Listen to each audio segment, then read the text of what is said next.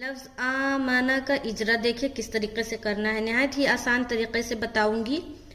آ حمزہ کے اوپر کھڑا زبر ہے، کھڑا زبر برابر ہوتا ہے الف مدہ کے، کھڑا زبر کو ایک الف کے برابر کھینچ کر پڑھیں گے، جیسے آ مانا، میم نون دونوں کے اوپر زبر کی حرکت ہے، زبر کو جلدی پڑھیں، تھوڑا بھی نہ کھینچے، جیسے آمنا، آمنا، میم اور نون کو بالکل نہیں کھینچنا۔